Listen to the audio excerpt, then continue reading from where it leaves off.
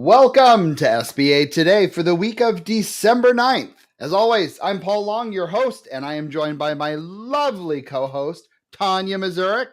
Where should we start today? Well, Paul, I know you're going to be so disappointed that Trump actually has pointed out a different head of SBA potentially. So that's coming up, and it's not my pillow guy, which I know you're going to be so depressed. I have my opinion. Yeah, exactly right. And we've got the clarifying procedural notice 5000-862. Because you guys all want to know this, 862-692. Anyway, that we're going to go through that as well. So that's what we got. Awesome. Well, yes, getting into our new administrator nominee, because nothing's official until it's official. Exactly. Kelly Loeffler, Republican from Georgia, former senator from Georgia, is going to be serving as the administrator for the SBA. As Trump stated, small businesses are the backbone of our economy, which on a side note, I get really tired of saying that or hearing that. I don't know why. Kelly will bring her experience in business in Washington to reduce red tape. Okay. And unleash opportunities for our small businesses to grow, innovate, and thrive. I would like to say that there was nothing mentioned about SBA going away from the Dodge Committee. So that's another good thing. The Dodge Committee. Yeah. So it'll be very good to see what happens there. And yes, I am beyond thankful that it's not my pillow guy. Regardless of your politics, I don't care. I'm happy. Absolutely. Absolutely. Well, what about what you think about the cracking down, Paul? Because I know you got something to say about the cracking down. Well, reducing, red tape. I like that to a point. We've been reducing some red tape here for the last couple of years. And as a lender / manager, I lost a little bit of sleep over that. But what the good news is, as a lender, we can do what we want to do, right? We don't have to follow all of the somewhat craziness. So I think that's a good thing. Cracking down on the waste, fraud, and abuse, aka EIDL and PPP, because I really don't think there's a whole lot of that going on in 7A 504 lending, because it usually gets caught by the underwriters. But usually, yeah. So it'll be interesting. I mean, it's a political appointment. We'll see what happens.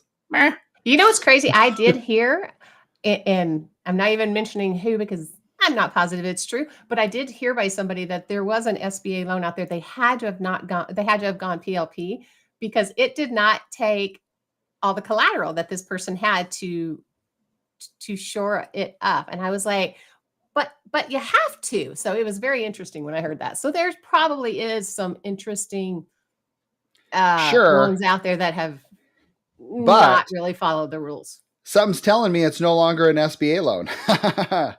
You think? Yeah. If anything were to happen, they will find out very quickly in the liquidation process what's fixing to come down the line for them. What SBA loan? Exactly. That's how it works. Anyway, well, start us off on some of these clarifying rules there, Paul. Wow. So there's nothing better than waking up on a Monday morning to a 14-page procedural notice. I mean, my Mondays are always a crapshoot as it goes anyway.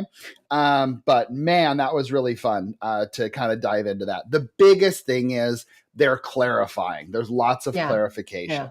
Yeah. So landlord reimbursements for tenant improvements. Thank you for clarifying. Yeah. The bottom line is the SBA lender must apply the same policies and procedures as it does for its normally sized non-SBA guaranteed loans, aka do what you do.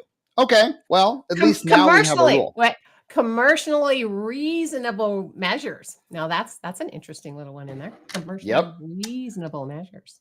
So, I mean, bottom line, it's what you do, which it is good to know, but it was not very clear before. So I was stuck on a deal where I was kind of losing sleep a little bit over that. So thank you for clarifying that. And we've got the signatures on the non-owner spouse on the owner's personal financial statement.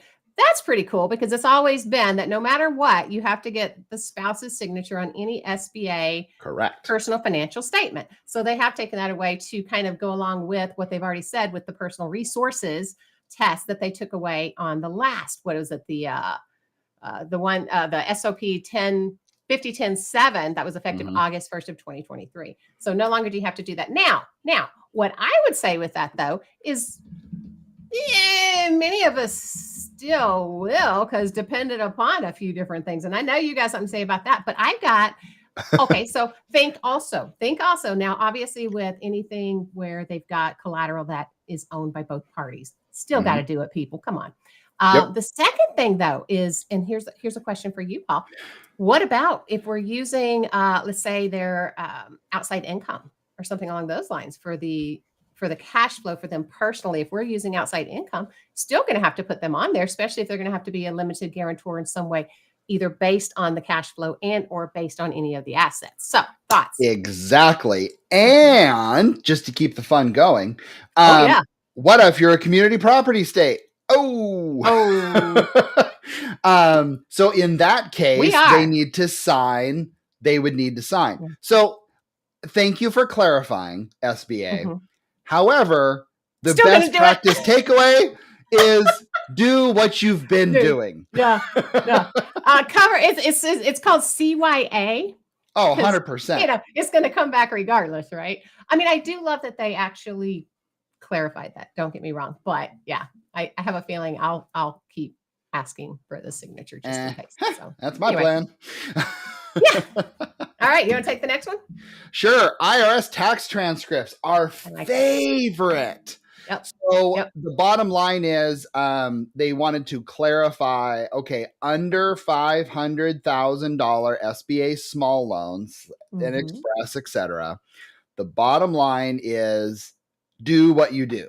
Well, I sure don't know of any conventional lender that checks tax transcripts at all. I find that kind of funny. But the bottom line is, you don't have to if you don't want to under 500,000. However, Trusty Paul comment on this is do it anyway. You should always do it on business acquisitions, cover your butt, because if they come back and take over new rules, etc., under the new administration, then we have to go back and just do it how it is. But if you accidentally, have a little issue where, you accidentally missed it or something like that, I wouldn't be, losing sleep in your Cheerios for that. True. I do like, though, that they clarified when it came to the existing, if it's going to be an acquisition with, different legs of the business, that type thing, because that has been a challenge previously when it comes to getting, let's say you're going to buy into a franchise and the person has multiple franchises and they all roll up to the parent company. Yep. Have fun getting the freaking tax transcript or getting anything that shows the one that you're buying. That has been such a pain in my rear each and every time that I've gone through it. So hopefully this is going to be easier along those lines, that you can take some outside verification, what are some of those, like the sales tax payment records, data aggregation services, credit reporting services, third-party service. I love that. So I think that's actually a bonus. Yep. I completely agree. Good call. Yeah. Anyway, what's the next one? Let's go. Next one is C-PACE financing. And I don't know, I'm curious what your thoughts on this, Tanya, but I feel like in the past, 30, 60 days, I've been hearing C-PACE financing louder for some reason. I don't know. Maybe it's just me. I don't know if you have, etc., how long it's been around. I know it's based on states, etc., but they are clarifying that SBA can use those for the SBA programs, which is good. Have you heard of C-PACE? Like, do you? Oh, yeah. Okay. So it's a big deal. So maybe I'm just sleeping at the wheel. Well, not every lender likes it. And so we had a very large one last year that I attempted to do, right? And it was going to be 22 million, stacked capital. Wait a minute. Yep. It was stacked capital. C-PACE was a big portion of it. We loved the deal. It was going to be a hotel. It was Got it. We absolutely love the deal, love the borrower, love the strength, all that. And originally the CPACE portion of it was $3.5 million. So when we started looking at the collateral, we were in a really good position. Now CPACE, the difference with it's paid back by tax. It's like the tax assessments, right? So it's paid back differently than a typical loan. So we loved it. Then they changed it and they took it up to like $7.5 million with the CPACE, which God bless them. And it was the rates were better. It worked well for them. But all of a sudden our back office wasn't as confident or wasn't as comfortable since it was such a large loan. Mm-hmm. And we had that 7.5 basically in front of us to a degree. So anyway, I like CPACE. I want to keep attempting to do them. We've got a guy here in town, Frank Swain. He does a lot of them, and he was the one that helped me through last year. But I'm a big fan. So I like interesting. Well, when I do my first one, I'll make sure to call you and you can walk me through it. Oh yeah. Yeah. That might be very dangerous. Sorry, borrowers. Anyway. So this one I think is interesting, and I really want to hear your thoughts on this, Tanya, because I think there's a few ways of looking at this paragraph, which is either good or bad. I haven't decided yet. Loans maturity for changes of ownership. So bottom line is, you can have it based on a blended maturity of assets, or if 51% of the proceeds are towards real estate, then you get 25 years. Great. Thanks for clarifying that. However, one of the things that scared me a little bit is SBA is also updating the language to clarify that the 7A loan's maturity is based on the uses of proceeds for the 7A loan versus based on the total project. Okay. Well, okay, in theory, but here's my question that's kind of making me a little concerned. So let's say, for example, I have a piece of real estate and I have a business acquisition and I have working capital and I have loan fees. Okay. I've always done 10% total project. Boom, there's your down.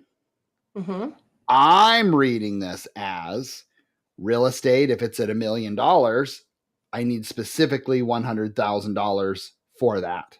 For business acquisition, say $200,000, then I need $2,000. So it's really breaking it down rather than going full project. Does that make sense? Yeah, but are we looking at it? Is this talking about the equity injection piece, or is it talking about the maturity, the loan maturity, the length of the loan itself?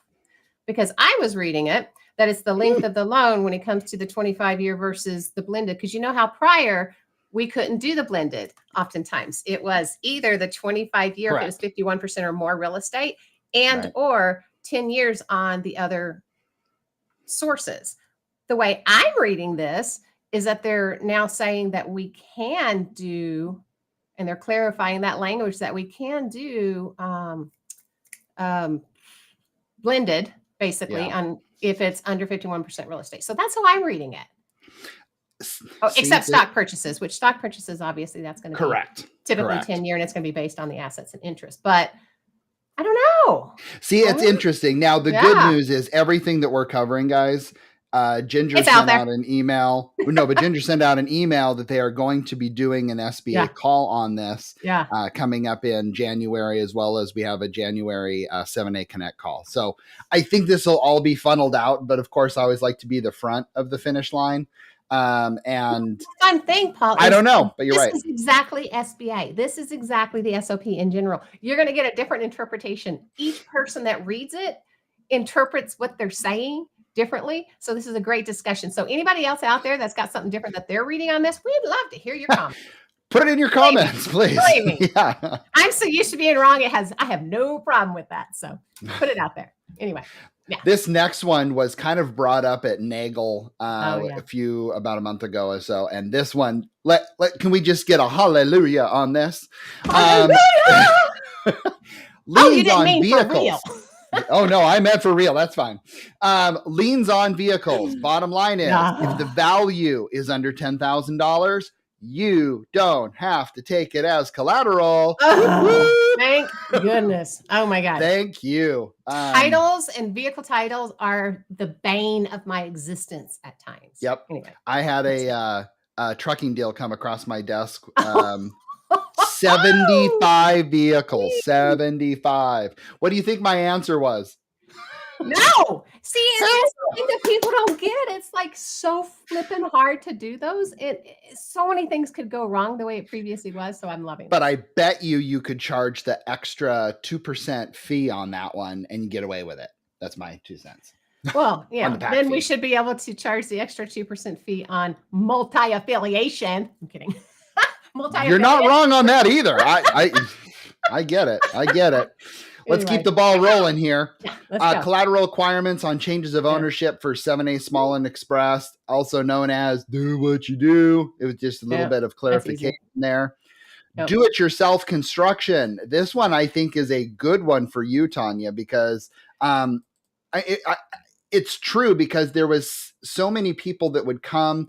And let's say, for example, you have a contractor come out and give you a bid. You have no intentions of using them. You're wasting their time, but you need it to satisfy a government requirement.